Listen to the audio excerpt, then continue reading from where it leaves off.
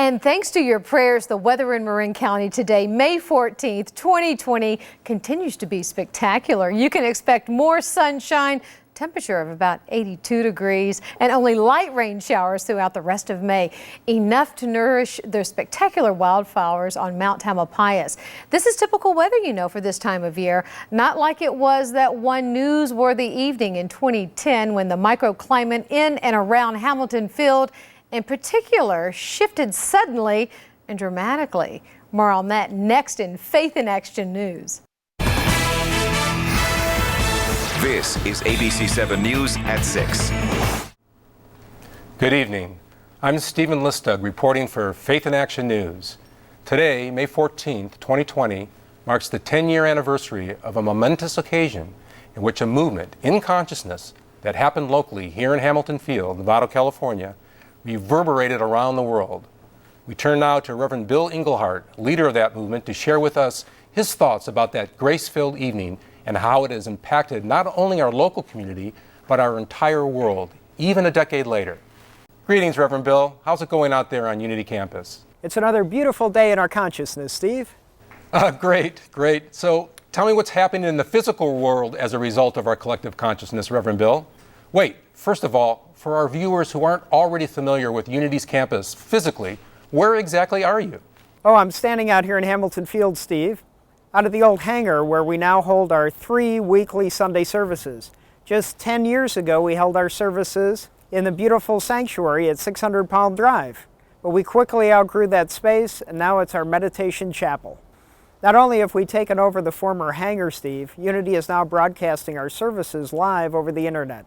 The children have their own building, and we have a building we use just as a spiritual learning center run by Reverend Medora Gordon, of course. There's a digital education through webinars, interactive online learning, helping us to get our message of oneness to the folks around the world. We also have an exhibition hall for large-scale events, where we host amazing inspirational musical concerts by our very own Desiree Goyette, Ed Bogus, Josh Holmes, and more, and spiritual leaders like the Dalai Lama. I must say, Steve, in just a decade, we've definitely grown far beyond our 4 walls. Indeed you have, Reverend Bill. And tell me about that poster you have there. Could you explain to us what that's about? You want to know? Well, I'll get to that later. But for now, I'm going to answer your first question. What's happening? First of all, it's really peaceful here. You know that song we sing at the end of each service? Let there be peace on earth, and let it begin with me. Let there be peace. Yes, well, our community has taken that to heart. And today in Marin County, our community looks to Unity as leaders for peace. How so, Bill? Well, part of this begins with how we communicate. Many have stepped up to support our intimate, authentic relating, which is essential to a healthy, vibrant community. You mean you actually say what you mean? That's right, Steve. And even the children are involved in speaking and being peace. Children and peace in the same sentence? Yes, in fact, once a year our children put on an entire service, usually around metaphysical Bible interpretation. Our Children's Peace program is the first to exist in our county. It's good to know that children like these are in charge of our future, yes? Definitely, Steve, but even we adults have for years now recognized our roles as stewards of our future. And we became the first church in Marin County to be certified as a green business. Sounds like a future filled with faith rather than fear. Faith is our bedrock, Steve. It is the basis of prosperity consciousness that Unity has helped us support around the world. Starting with our own backyard, we also have an amazing tribal elders group, nearly 300 strong. Unity is recognized as a place that serves as a resource for families in general, with spirituality as the foundation of their lives, with Reverend Pat Palmer teaching courses on spiritual parenting, Friday night teen dialogues and gathering, a Monday through Friday preschool, senior citizen child partnerships, peace-oriented volunteer teams, and all-day Sunday activities for families. It's all very grounded, and it sounds loving and kind, Bill. That's what Unity is about, Steve. In fact, in 2010, we launched a loving kindness project to guide and support our community and extend the Christ consciousness to everyone around us. So what's your secret, Bill? How did you manage to create such a beautiful, loving, peacemaking community? Well, as Jesus referred to it, it all begins in the secret place of the Most High. This is a community that is founded on prayer. We've joined with Silent Unity as Unity Village's prayer arm, supporting thousands of people in prayer around the world.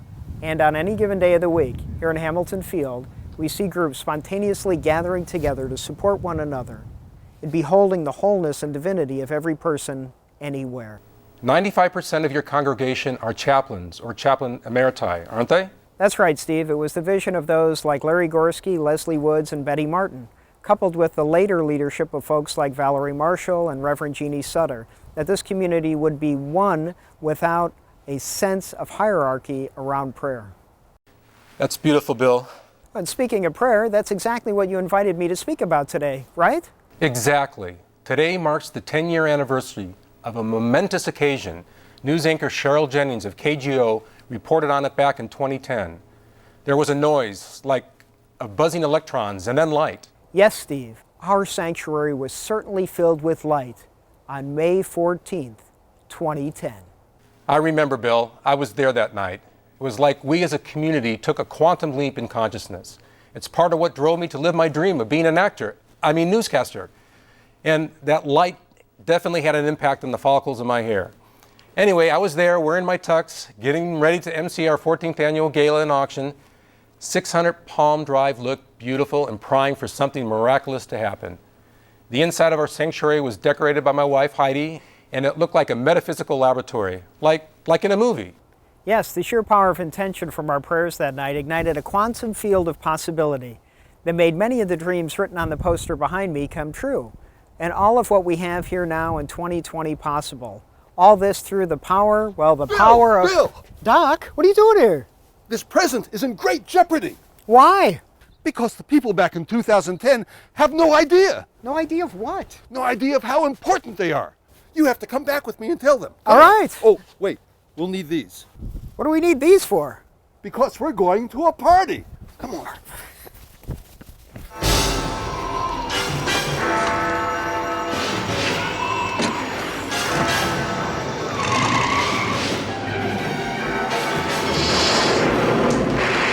Whoa! We're coming apart. What was that? Whoa! Did we crash? No, I think we made it. Look, it's the meditation chapel. Yes, we're back in 2010. May 14th, to be precise. Everyone's inside. Come on, let's go.